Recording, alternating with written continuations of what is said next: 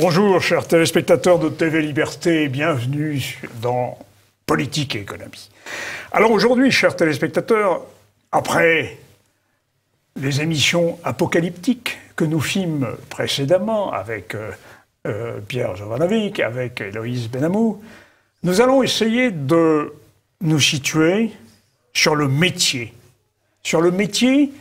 qui permet de valoriser le patrimoine, de valoriser ses avoirs et peut-être de résister aux tempêtes qui soufflent sur le monde de la finance. Pour ce faire, je reçois Éric d'Outre-Barante. Bonjour cher ami, vous êtes le bienvenu, vous le savez, ce n'est pas la première fois que j'ai le plaisir de vous interviewer, mais en quelques mots, au fond, qui êtes-vous?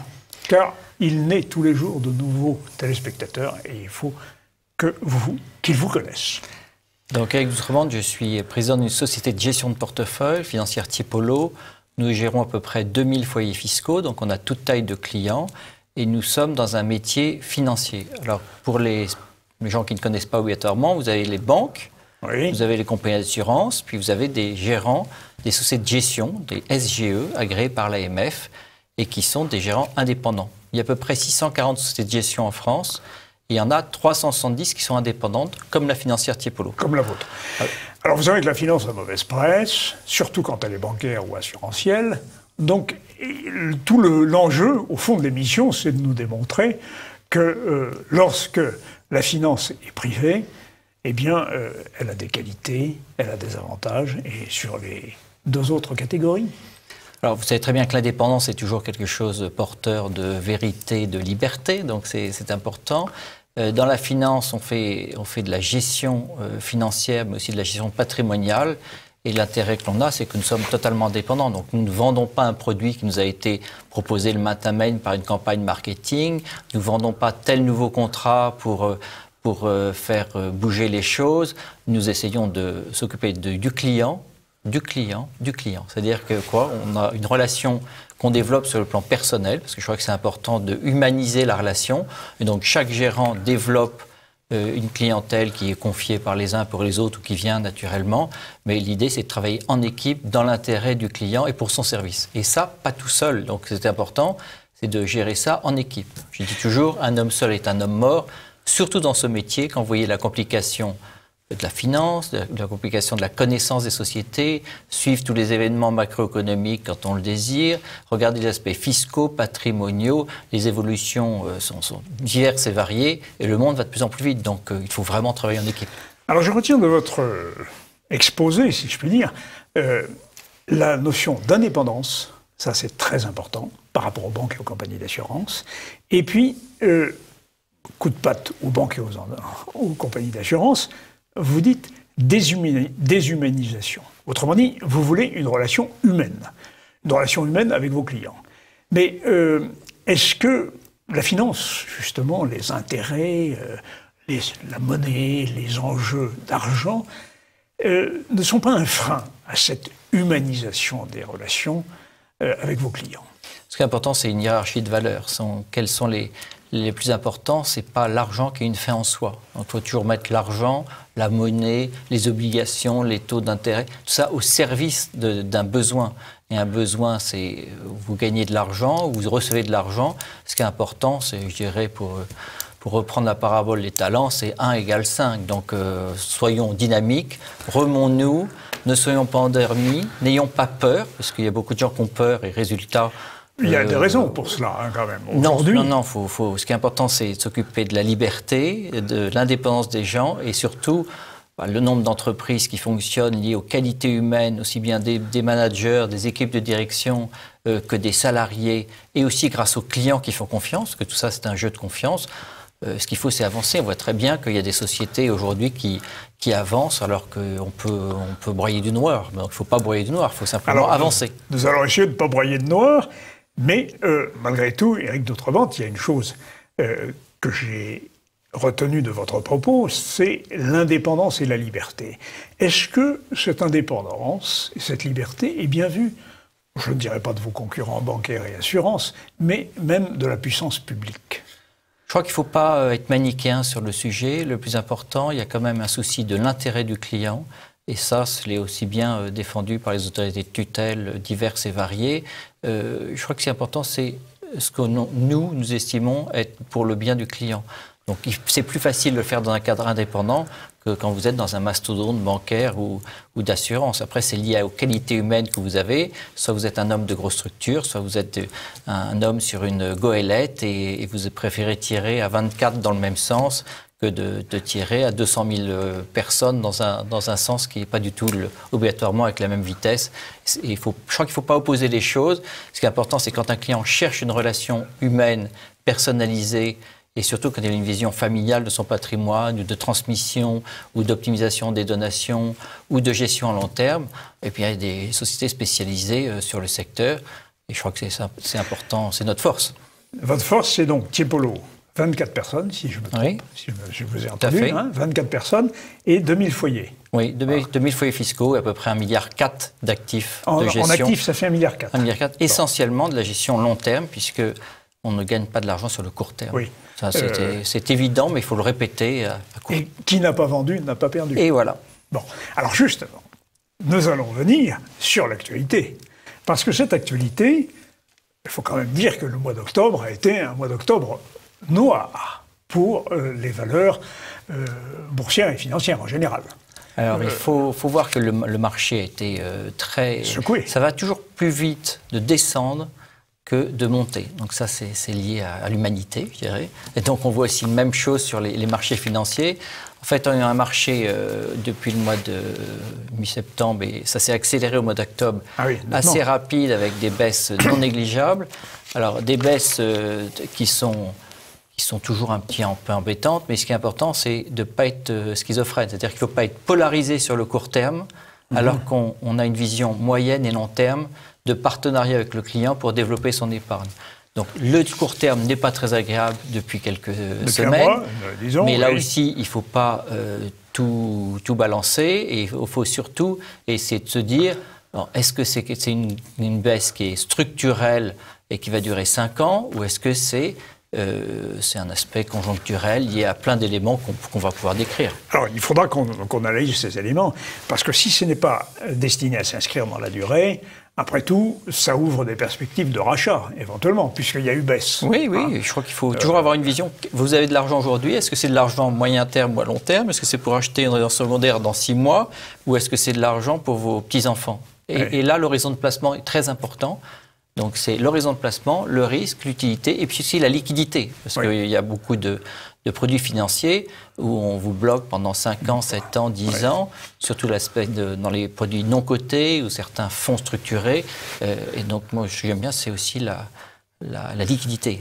Alors, du côté des non cotés, c'est pas très liquide, d'après ce que j'entends. Alors, il y a eu tout ce qu'on appelle tout le private equity et le non-coté. Ça s'adresse essentiellement aussi de la gestion long terme, mais à notre avis, moins à des clients privés et particuliers, parce qu'en cas de succession, c'est un peu compliqué à gérer. En cas de donation, alors que des titres cotés, vous pouvez les donner à vos enfants, aux petits-enfants, facilement.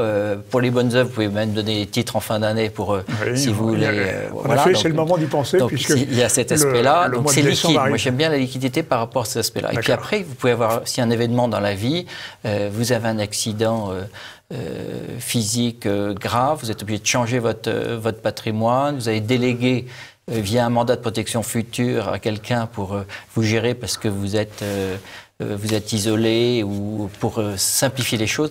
Donc, ce qui est important, c'est la liquidité. Alors, évidemment, dit liquidité, dit sanction tous les jours, puisque les marchés sont cotés. Et c'est très différent des valeurs cotées que des valeurs non cotées. Ou les valeurs non cotées, il y a une évaluation une fois par an dans le meilleur de... Voilà, c'est obligatoire. Mais il ne faut pas opposer les choses. Ce n'est pas la même durée de placement. Et ça nous semble nettement moins utile pour une famille d'avoir des titres... Bon, sauf si c'est les titres de votre entreprise. Votre entreprise, c'est des titres cotés. Généralement, c'est avec son propre travail qu'on fait les meilleures performances. Mais à vous entendre, j'entends souvent le mot famille qui revient.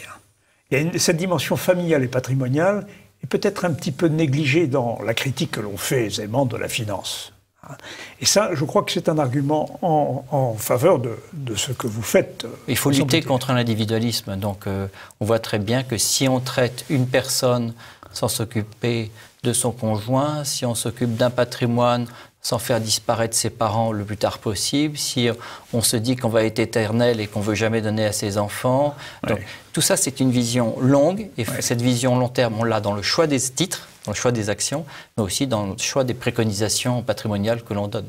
D'accord. Alors, cela étant, bon, le mois d'octobre a été, bon, globalement, il affiche une perte de 6,64, mais c'est une moyenne. Alors, il faut se faire attention à ces aspects d'indices et de performance. On en reparlera tout à l'heure avec certains graphes. Ce qui est important, c'est de voir quels sont les mouvements qu'il y a eu sur le mois d'octobre. Des valeurs qui avaient très bien performé depuis le début de l'année, comme les valeurs du luxe, très rapidement se sont retournées. Exemple, LVMH qu'on a dans les portefeuilles ou Kering, qui est le concurrent que nous n'avons pas, les baisses ont été rapides, quasiment de 20%, très très rapidement. Alors, il y a toujours des explications. Donc, on vous dit toujours la valeur était trop chère, mais ça, on le dit après. Oui, et ce qui est important, c'est pas le court terme, s'occuper de la vision à long terme. Alors, il y a eu les valeurs du luxe qui ont été très pénalisées. Il y a eu l'automobile aussi. Il y a des valeurs, les équipementiers automobiles, et surtout les équipementiers. Et l'amont, oui, voilà, donc, Valeo. Voilà, tous ces titres-là qui avaient déjà commencé à baisser ont été très sanctionnés depuis plusieurs semaines. Mais pourquoi? Alors, après les raisons, on peut tout de suite rentrer dans cet aspect-là. Puis après, on reviendra aux éléments macroéconomiques. Ce qui a bougé, c'est les aspects chinois. Donc, la Chine est quand même un des gros boosters de l'économie du luxe. Oui, c'est ça. Et donc, il y a des doutes sur la croissance chinoise qui est moins élevée qu'avant. Oui, en effet, il y a aussi le problème de l'endettement de certains ménages, surtout des jeunes. Donc, on n'arrive pas à avoir des chiffres très, très fiables sur ce sujet-là. Les statistiques chinoises ne sont pas fiables de toute façon. Oui, mais je pense que c'est un petit peu général. Ah oui. Donc, bon, alors, tous coupables. Oui, non, mais c'est toujours très compliqué ces aspects-là. Mais par exemple, il y a des jeunes chinois où il peut y avoir un peu de tension par rapport à l'endettement, mais le sujet se résorbe assez facilement puisque les familles sont peu nombreuses, du moins les enfants, il y a peu d'enfants, et il y a toujours le grand-père ou le père qui a quand même été qui a le bas de laine à l'heure actuelle, qui s'est constitué depuis X temps. Donc on surinforme les gens sur un point négatif. Donc on peut dire que depuis quelques semaines, tout le monde a mis ses lunettes noires. Beaucoup de gens disent c'est trop cher, c'est trop cher. Voilà, il y a eu des éléments. Je vous donne cet élément-là sur les valeurs du luxe. Il peut y avoir aussi... L'automobile quand même. Eh bien, c'est parce qu'il paraît qu'on ne va plus vendre de voitures dans le monde entier, alors que les chiffres n'ont jamais été aussi élevés. Et ça aussi, c'est parce qu'il peut y avoir un ralentissement en termes de croissance de certaines zones. Et après, c'est vrai qu'il y a eu des chiffres d'immatriculation qu'on baissait dans certains pays, dont en Europe. Mais ce qu'il faut regarder, c'est sur longue période. Si vous regardez sur courte période, eh bien, vous investissez jamais. Et puis, vous êtes toujours en train de vous dire « je vais être en avance ou en retard ». Ce qui est important, c'est la qualité des sociétés. C'est vrai que les équipementiers automobiles ont beaucoup baissé, mais il faut regarder aussi les performances de ces sociétés depuis longue période. Donc, ce qu'il faut, c'est pas s'inquiéter sur ces variations-là, c'est des respirations habituelles. Moi, je crois que ça doit être la 10e respiration un peu désagréable à laquelle vous que je connais en 30 ans. Oui. On peut en citer, il y a eu novembre 73, il y a eu septembre 74. Ça, j'étais pas encore sur les marchés. Bon, il y a eu mars 80. Alors, octobre 87, ça, c'était un crack très important. Oui, mais c'était un crack qui a été rapidement complet. Oui, il a été résorbé très rapidement. Donc, les valeurs de qualité ont très bien tenu. Il y avait eu une baisse de 21,8 sous réserve que vous fassiez confiance aux indices. Sur le mois d'octobre 87, je me rappelle très bien, par exemple, le titre Peugeot avait perdu quasiment 50% en quelques jours, remonté, il a perdu plus de 25%, redescendu, et puis après, il est remonté. Donc, ce qui est important, c'est de voir que le marché en 87 n'est pas du tout le même qu'aujourd'hui en termes de volume. Tous les indices, il n'y avait pas tous les trackers sur indices, il n'y avait pas tous les produits structurés, il n'y avait pas les ordinateurs, puisque aujourd'hui, plus de 50% du marché fonctionne avec les ordinateurs donc, qui poussent les valeurs à la baisse quand ça creuse. Donc, ça aussi, qui amplifie. Ça amplifie. Bon, il y a tous les marchés des options. Le monde a changé en 30 ans. Bon, alors, Mais justement, les sociétés, elles, bien managées, restent les sociétés sur alors, lesquelles il faut investir. Un petit peu approfondir après la pause, nous allons faire une pause, mais je pense que nous étions sur la microéconomie, sur les titres, pourquoi ça baisse, pourquoi l'automobile semble quand même bien marcher, pourquoi le luxe, etc. On va continuer un petit peu, mais ensuite il faut qu'on aille sur les grands ensembles, qu'on aille sur la macroéconomie et qu'on revienne aussi alors sur votre activité, votre cœur de métier, parce qu'on n'a pas tout dit. Mais je crois que le mérite de votre présence sur ce plateau, c'est de dissiper quelque peu les réticences que le mot finance peut susciter dans un réflexe un peu conditionné. Il ne faut pas oublier que finance, c'est aussi patrimoine, famille. Bien sûr. Et c'est votre cœur de métier, me semble-t-il. Bien sûr, c'est ça. On va faire une pause.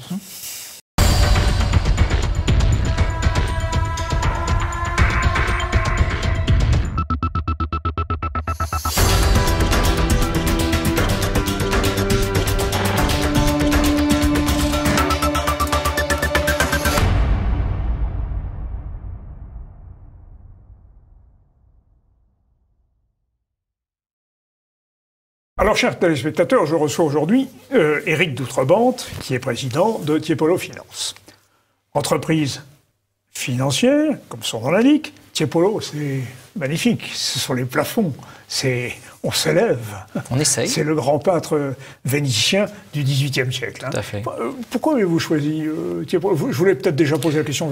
Parce que c'est très compliqué de trouver un nom en France. Il y a toujours quelqu'un qui l'a déposé. Ah oui, donc, quand on a créé Tiepolo en 2007, j'ai acheté une petite estampe de Tiepolo à Drouot. Et puis, je me suis dit, tiens, mais Tiepolo, c'est un peintre intéressant que j'avais déjà vu à Rome.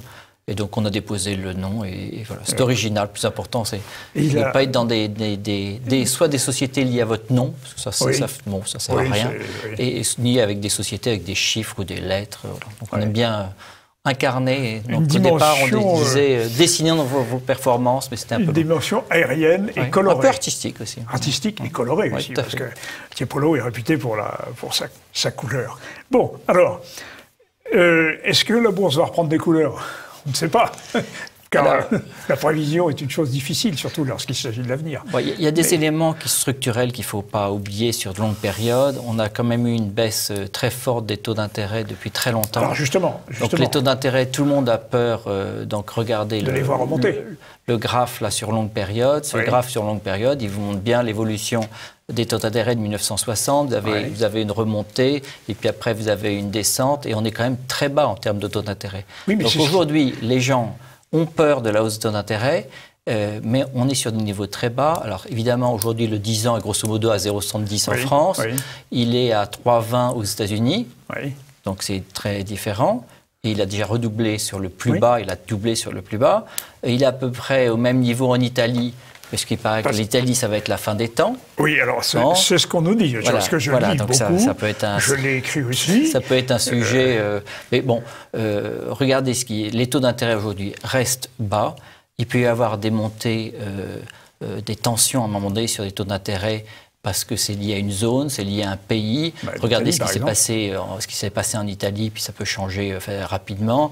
Regardez ce qui s'est passé au Brésil, où c'était, paraît-il, la fin des temps, et puis depuis que notre homme a été élu, comme par hasard, le marché est en train de monter fortement et tout en train de se détendre.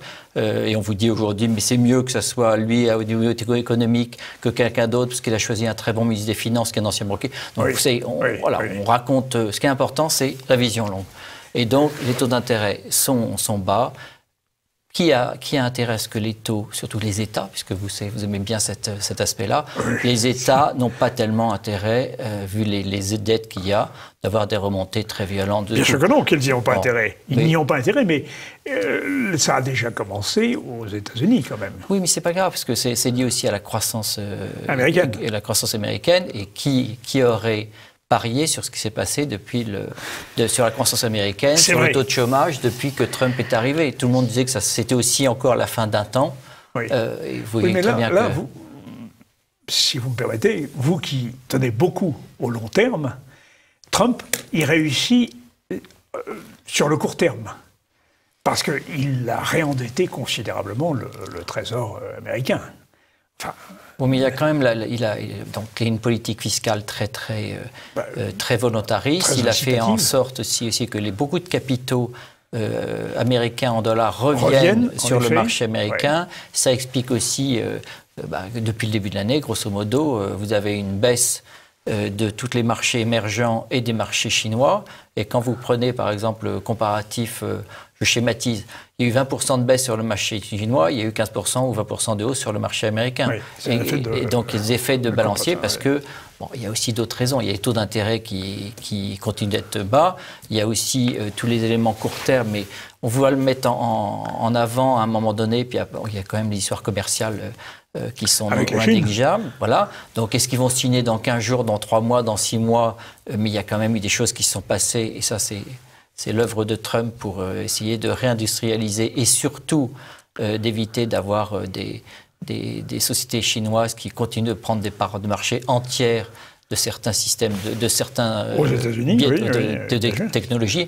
Donc il y a plein d'éléments qui font que tout bouge tout le temps. Et ce qui est important, c'est d'être sur une classe d'actifs long terme. Alors, et évidemment, les taux d'intérêt, les obligations sur longue période, c'est jamais avec des obligations qu'on sait fortement... On va parler des actifs, si vous voulez bien, en effet. Mais pour finir sur les taux d'intérêt, vous dites, il y a inquiétude sur leur remontée, puisque le Trésor, enfin la Banque centrale, la Fed, la Réserve fédérale américaine, fait du quantitative tightening. Oui, mais elle resserre, bon. Oui. Mais il y a aussi une inquiétude sur les taux d'intérêt, en ce sens que tout le monde sait bien qu'on a pu acheter jusqu'à présent, parce que c'était bon marché. Et c'est peut-être ce qui a fait aussi monter les actifs. Beaucoup d'entreprises aussi rachètent leur propre... Oui, on voit que Warren Buffett... C'est pas très sain. Warren Buffett vient d'annoncer que il rachetait ses propres titres parce que pour l'instant, il n'est pas de cible, mais surtout parce qu'il a des bénéfices records. Donc, quand vous avez beaucoup d'argent, il peut y avoir ça qui joue. Mais c'est pas très sain quand même. Il vaut mieux investir. Il faut mieux investir, mais quand vous avez trop d'argent et que vous pensez que votre support, votre action est décotée, ça arrive à des familles de racheter des titres cotés sur le marché parce qu'ils considèrent que le titre est sous-évalué. Donc pour vous, c'est pas si malsain que ça. Il ne faut pas être manichéen non plus là-dessus. Et donc, ce qu'il faut, ça dépend des titres, ça dépend des stratégies, ça dépend du cash que vous avez disponible. Vous avez quand même quand vous avez des sociétés qui capitalisent 1000 milliards, comme il y en a certaines dans le monde, on est 1000 milliards, moi c'est ce qu'on me disait que c'était le déficit de la France il y a 10 ans. En fait, c'est 3000 milliards, ou ça change tout le temps. Alors, et puis ça dépend de ce qu'on met dedans. Donc, il y a la dette et puis la dette cachée. Voilà. Puis après, il y a les actifs aussi, parce qu'on parle toujours de... Donc si on veut mettre sur nos lunettes noires, on va parler que de la dette, c'est la fin des temps. Et puis si vous voulez avoir une vision un peu mesurée... Les actifs que vous mettez en face de la dette française, c'est le patrimoine des Français. Ah oui, mais bon, tout ça, il faut que ça se normalise. S'il y a des montées de pays qui veulent avoir une certaine indépendance ou surtout qui veulent faire en sorte de ne plus être point lié avec avec la Communauté européenne, par exemple, c'est parce qu'il y a des défauts qu'il faut vraiment corriger et il ne faut pas que ça dure encore trop longtemps. Oui. Mais bon, je pense que le plus important, c'est... Et aujourd'hui, le bon conseil à donner aux gens, c'est de profiter des taux bas pour s'endetter. Oui, et donc, il faut s'endetter quand vous voyez que l'inflation... Et puis acheter à la baisse. Et alors ça, après, il faut acheter sur les classes d'actifs à la baisse. Bon, alors justement, nous en parlons maintenant des classes d'actifs. J'avais tendance à penser que les obligations d'État n'étaient pas un très très bon placement, et je l'ai dit ici à cette antenne, parce que je vois des États endettés, je vois le risque de remonter des taux d'intérêt, qui pourraient étrangler certains budgets publics. Et vous me dites, non, les obligations, ça vaut encore... Alors, attention, d'abord, s'il y a un biais par rapport aux contrats d'assurance vie en euros, et ça c'est assez français, donc les contrats d'assurance vie en euros sont essentiellement mis dans des obligations d'État. C'est sûr que si les taux d'intérêt remontent, il y aura Pourquoi tout de suite un crack obligataire? Il peut y avoir des réajustements, il peut y avoir une baisse du capital. Des obligations dans les anciens taux d'intérêt. Voilà. Mais après, les nouveaux seront plus élevés. Voilà, mais on ne peut pas avoir le beurre et l'argent du beurre. Soit vous avez une vision longue et vous êtes en action, et puis vous avez le risque d'action avec la volatilité, mais aussi l'espérance de gain. Si vous ne voulez pas prendre de risque, les contrats en euros qui rapportent aujourd'hui grosso modo 1,5 rapportent pas grand-chose. Et si vous mettez l'inflation dessus... mais historiquement, quand vous regardez par exemple ce graphe sur plus de 20 ans, Vous voyez par exemple les contrats en euros, c'est la ligne grise, donc c'est le contrat à faire. Bon, à faire pour donner un exemple, parce que c'est connu des Français, mais c'est un contrat en euros. Vous voyez quand même que sur longue période, ça a quand même performé. Alors, il ne faut pas regarder aussi le CAC 40 sans les dividendes, parce que c'est mensonger. Dans le CAC 40, il faut rajouter les dividendes. Malheureusement, on nous parle tous les jours du CAC 40 sans les dividendes. C'est quand même dommage de ne pas... La dernière fois que vous nous avez parlé, vous aviez signalé cet aspect. Donc ça, il faut oublier cet aspect-là. Après, vous avez l'appartement dans le 7e, j'ai pris cet exemple-là, sur le graphe. Bon, ça vous donne quand même, il y a une variation, mais les prix de l'immobilier est quand même assez indexé par rapport au taux d'intérêt. Donc si on a une véritable inflexion sur les taux d'intérêt, il y aura des baisses en capital sur l'immobilier. Mais là aussi, c'est important dans le patrimoine. Résidence principale, qu'elle baisse ou qu'elle monte, est-ce que c'est votre problème? Alors, sauf si vous êtes dans une famille où vous avez 2 enfants, vous voulez passer à 3 ou 4 enfants, là ça peut y avoir ça peut être différent, mais sans ça, vous habitez dans votre appartement ou dans votre maison, quel est le souci de la variation? Mais vous ne l'avez pas tous les jours à la télévision. Donc c'est pas la peine de se compliquer la vie. Et puis après, ce qu'il faut regarder, regardez sur longue période. Alors il y a l'or aussi. Alors justement, parmi les actifs. Alors, avant d'évoquer l'or, j'aimerais qu'on revienne un petit peu sur la résidence principale ou secondaire. Parce que, immobilier. À votre place, il y a quelques jours, un maire d'une commune rurale me disait que autour de lui, des maisons d'une certaine valeur, disons qui appartiennent à la classe moyenne supérieure, se vendaient massivement et que le phénomène s'observait en France avec baisse de la valeur des résidences secondaires, mais c'est aussi une baisse patrimoniale.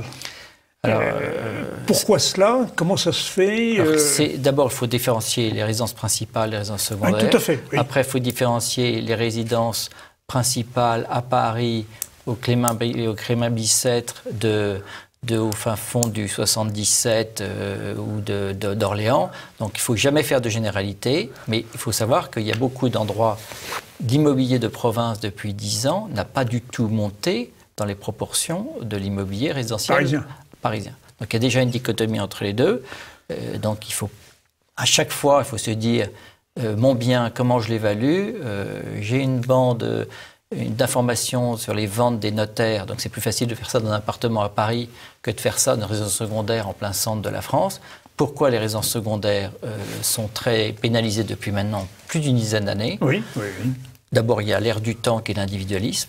Oui. 2, il y a le court terme qui fait qu'on préfère se décider à la dernière minute pour aller faire un voyage à Amsterdam ou à Rome ou à New York ou à Bangkok que de s'embêter dans une secondaire. Après, il y a le vieillissement de la population et le baby-boom qui, lui, est plutôt en train de se délester de ces contraintes, parce qu'il y a des contraintes. Après, vous avez quand même tous les problèmes malheureusement de dégradation, de cambriolage qui est de plus en plus important. Tous ces éléments-là, il y a aussi dans des villes, vous avez plus le boulanger du coin, donc il y a des aspects structurels. Il y a aussi des problèmes liés à l'afflux de population qui viennent essentiellement du sud. Et puis il y a des aspects liés aux familles, c'est qu'il y a le nombre de divorces est quand même de plus en plus important. Et vous avez acheté quelque chose il y a 5 ans, il y a 10 ans, ou il y a 30 ans, parce que maintenant... les divorces sont à n'importe quel âge, eh bien, on est obligé de vendre les résidences secondaires à toute vitesse et personne... Donc ça déprécie cet actif. Donc il y a plein d'éléments. Alors après, ce qui est important, c'est les résidences secondaires, c'est un actif de plaisir. Donc il ne faut pas jeter l'eau du bain. Et puis il y a des gens qui sont passionnés de vieilles pierres. Il y a d'autres qui préfèrent avoir 1000 mètres carrés dans le Berry que d'avoir un petit appartement dans Paris. Le plus important, c'est d'être conforme à ce que l'on est. Donc, il ne faut jamais non plus se dire, il ne faut jamais avoir de résidence secondaire, mais c'est quand même, aujourd'hui, c'est toujours plus coûteux que partir en voyage. Alors, dans les actifs, il y a l'or, bien sûr. Or, avec ce qui s'est passé ces dernières semaines... Rien ne s'est passé. Justement, sur l'or, en effet, j'ai constaté que l'or n'avait pas monté. Mais pourquoi? Parce qu'il avait déjà monté. Non, l'or est le plus haut de l'or, c'est en 2012, c'est un peu au-dessus de 2700. Ça fait 6 ans que ça ne fait rien. C'est lié, donc l'or, c'est maman qui brille dans le désert. Oui, voilà. De l'expression. Bon, ça ne rapporte rien. Ah ben non, c'est stérile. Ça ne rapporte rien, ça peut se faire voler. C'est vrai. Donc ça ne sert à rien. C'est simplement pour les gens qui peuvent être stressés, qu'ils achètent 2 ou 3, 5% d'or dans leur patrimoine en attendant le grand soir que certains attendent. Le grand soir financier. Où la monnaie ne vaudra plus rien ne vaut rien, auquel je n'y crois pas du tout. Parce que ça, il y a une expression qui court. C'est l'apocalypse. C'est le gaffe. La gaffe. La grande apocalypse financière. Oui, mais ça sera la fin. Vous n'êtes pas du tout apocalyptique. Non, si c'est comme ça, ça sera la fin du monde. Et voilà. C'est la fin du monde pour tout le monde. Et donc, il ne faut pas écouter les faux prophètes. Pour vous, rester focalisé. Et donc, l'or, il faut mieux acheter des bijoux à sa femme au lieu de perdre du temps avec quelque chose qui rapporte rien. En plus, c'est des matières premières. Donc, il faut bien voir que les matières premières sont très secouées depuis très longtemps. Quand vous regardez les variations de matières premières, sur beaucoup, il y a des variations très fortes. Et l'or, c'est des terres rares, c'est des métaux rares. Sert à pas grand-chose. En plus, il y a des histoires de politiques fiscales qui changent, ou des politiques liées aux taxes. Donc, l'or est nettement moins préconisé en Inde. Donc, moi, je ne m'occupe pas de l'or. Vous seriez presque comme Keynes, cette relique barbare. Presque, oui. Oui, l'or, cette relique barbare. Oui, pourquoi pas. Ah, pourtant, vous n'êtes pas keynésien. Non, mais il peut avoir dit des choses intelligentes. Il est pas... Bon, bien, nous allons faire une deuxième pause sur l'or. On finit sur l'or. Pour évoquer alors d'autres aspects de votre métier.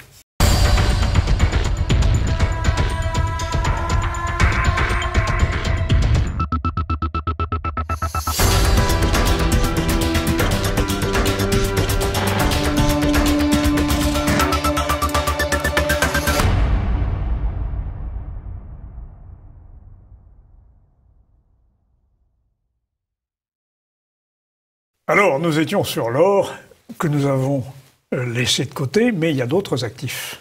D'autres actifs, il y a évidemment les actions.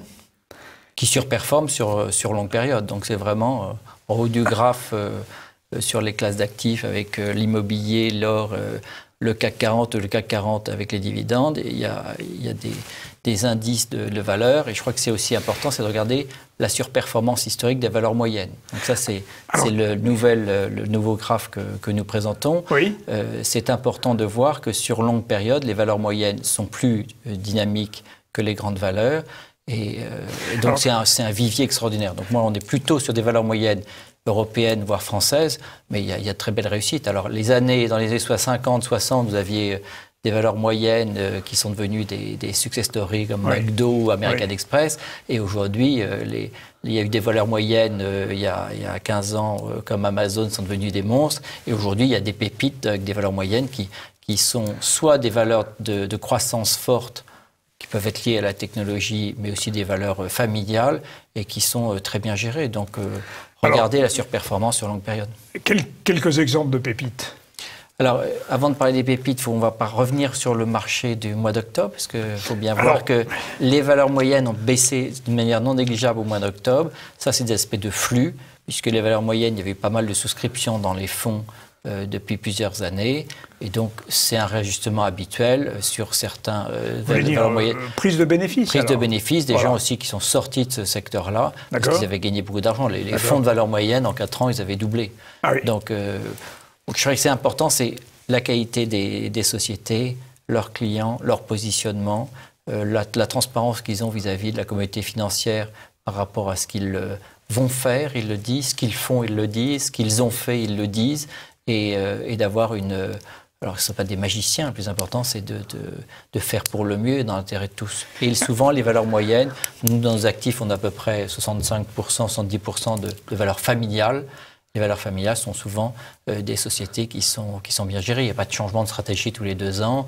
Il n'y a pas un changement de chaise musicale tous les 6 mois. Donc, ça joue énormément. Donc, c'est 2 axes. Les valeurs moyennes, souvent familiales, et puis les valeurs de rendement pérennes, puisque les rendements, c'est quand même dans un indice. Tout à l'heure, on regardait le CAC 40 sans les dividendes ou avec les dividendes. Grosso modo, la moitié d'une performance est faite par les dividendes sur longue période. Après, ça se cumule.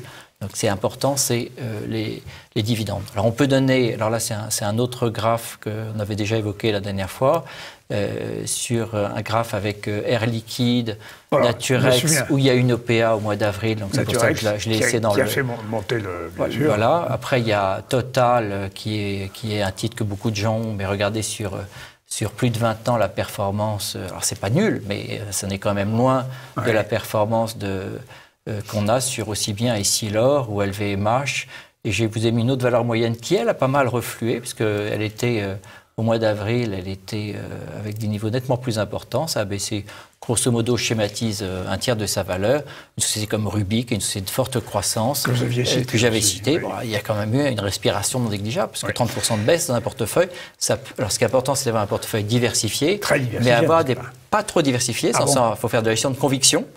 Donc, si vous avez entre 3 et 5% de Rubik dans votre actif, je donne cet exemple-là. Attention, ne prenons pas, ça fait partie de la gestion. Ce qui est important, c'est de faire une gestion sous mandat, parce qu'il peut y avoir des changements. Et c'est une société de croissance. Bon, elle a annoncé encore récemment la croissance externe, et c'est une vision à long terme. Surtout, ne regardons pas le court terme.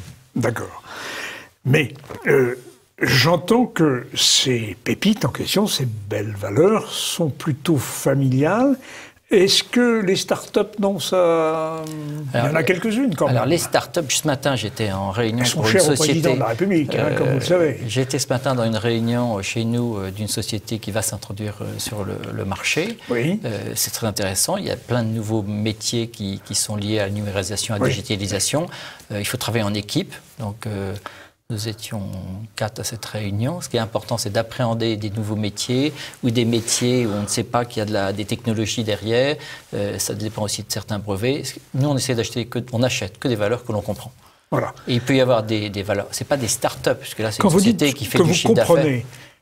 Qu'est-ce que vous comprenez et comment vous comprenez une start-up On comprend le métier, les enjeux technologiques, les aspects de brevet. On comprend aussi, ce qui est important, c'est l'homme que vous avez en face de vous. Quand l'homme que vous avez en face de vous a déjà fait une aventure il y a 20 ans, 25 ans, et qu'il a tenu pendant 15 ans, qu'il a revendu cette structure et qui a été absorbée par un grand groupe, souvent les valeurs moyennes. Alors, start-up, c'est un terme un peu générique. Souvent, c'est des valeurs non cotées. Donc, nous, on s'occupe que des valeurs cotées. Donc, il y a des valeurs dynamiques de croissance cotées. Mais nous sommes très méfiants sur tout ce qui est valeurs où il y a marqué tech dedans. Parce que pour les appréhender, c'est pas toujours simple. Donc, on préfère se concentrer sur des valeurs moyennes. Par exemple, je vous parle de Rubis, c'est peut-être la distribution de produits pétroliers et autres avec une vision un peu mondiale et un peu de niche, et aussi du stockage. Donc c'est quelque chose de compréhensible. Après, ce qui est important, c'est dans un marché globalisé de trouver une valeur qui est bien gérée. On regarde aussi toujours les comparables internationaux et surtout les concurrents. Et là, dans les concurrents, vous avez des sociétés cotées. Nous, on fait que le côté. Et puis, de temps en temps, il y a une société non cotée qui est un gros concurrent que personne ne connaît. Et donc, vous faites un peu de veille technologique, finalement. On fait de la veille sur tous les dossiers sur lesquels on investit. C'est un travail de tous les jours, même si un travail de tous les jours en équipe, en interne, en externe, en lien avec nos clients, parce que nos clients peuvent être... Si vous avez quelqu'un qui est dans telle activité, c'est le directeur financier de Schneider, on ne va pas l'embêter et on ne veut surtout pas être initié. Mais si vous avez quelqu'un qui est dans une boîte non cotée et qui fait des prises électriques, ce n'est pas idiot de savoir comment ça se passe, comment est le marché, comment est la concurrence, comment est l'évolution des prix, comment est l'évolution des matières premières, comment ça se passe sur les couvertures de champs. Il y a plein d'éléments. Donc c'est un travail d'équipe et de connaissances sur la durée des sociétés. Alors, est-ce que vous avez quelques exemples d'autres entreprises? Vous avez cité Rubis, vous avez cité... J'ai cité des grands titres, après il y a des valeurs moyennes. Le plus important, c'est plutôt d'analyser quel est votre patrimoine, ce que vous avez, ce que vous aurez, et après d'adapter, suivant votre durée de placement, aussi les titres. Il y a des titres qui sont... je vais vous donner un exemple d'un titre très volatile et qui est compliqué, c'est Vallourec. Vallourec, ça valait 85 € en 2007, la même valeur, et après il y a eu des augmentations de capital importantes, ça vaut 4 €, c'est très lié au pétrole, et les valeurs pétrolières, alors on oubliait, tout le monde parle du pétrole à la pompe là, sauf que le pétrole a déjà perdu 15% sur les plus hauts. Donc les 15% sur le plus haut, les valeurs des services pétroliers, que ce soit Schlumberger à New York ou d'autres, ont déjà perdu 15%. Donc ce qui est vraiment important... Et c'est pour ça que Vallourec ne veut pas racheter l'entreprise... Vallourec, c'est une société qui est très volatile, et puis donc c'est une société qui a qui a eu des grandes difficultés, on espère être sorti. Mais ça, c'est un titre volatile, donc c'est un titre que vous ne pouvez pas mettre dans... Et une société comme Technip, par exemple? C'est une société ici qui est très volatile. Ils ont une fusion avec les Américains, et donc il y a alors là, il y a des sociétés quand il y a des fusions comme ça, il y a des aspects d'humain, de regroupement, et puis il y a aussi l'aspect de culture, parce que fusionner une société française, une société américaine, c'est pas du tout la même culture. C'est pas obligatoirement simple, sauf qu'il faut faire attention à l'aspect culturel, parce que beaucoup de sociétés aujourd'hui françaises, familiales, sont énormément internationales. Donc quand je prenais l'exemple de Naturex, où il y a une OPA par Givaudan, le plus gros, et Naturex, ils avaient des bases d'installation importantes aux États-Unis. Donc il faut arrêter aussi de faire du manichéisme culturel par rapport aux sociétés. Ce qui est important, c'est la valeur des produits, la qualité des produits, et surtout, c'est toujours la même chose, c'est la qualité des chefs. Et dans les portefeuilles, est-ce que vous avez carrément des sociétés totalement étrangères? Alors, nous, on est plutôt focusé, donc concentré sur des valeurs françaises. Pourquoi? C'est un peu lié à mon histoire. Moi, j'ai géré un fonds international quand j'étais jeune, donc je passais mon temps à essayer de comprendre ce qui se passait. Donc, j'ai un espèce de vernis international.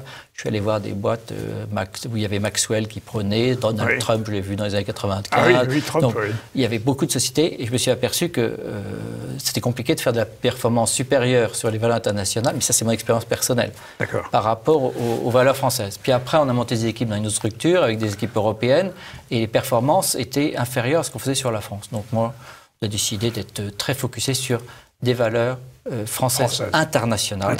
Et donc, il y a très peu de valeurs... il y a des valeurs franco-françaises, je dirais, à part la Compagnie des Alpes, où on a une position négligeable. Mais les clients, sont essentiellement des clients étrangers. Donc, il faut c'est comme ADP, qui est les aéroports de Paris, c'est le plus grand supermarché de luxe. Donc ça joue là-dessus. Donc il faut vraiment, et c'est lié au tourisme. Bien sûr. Par exemple, les chiffres du tourisme sont quand même un peu extraordinaires. Les gens ne se rendent pas compte, on parle que des choses qui ne vont pas bien. Mais quand vous regardez les taux d'occupation en France, et donc le tourisme est quand même une de nos forces, donc profitons-en. Donnons de temps en temps des bonnes nouvelles. Toujours broyer du noir.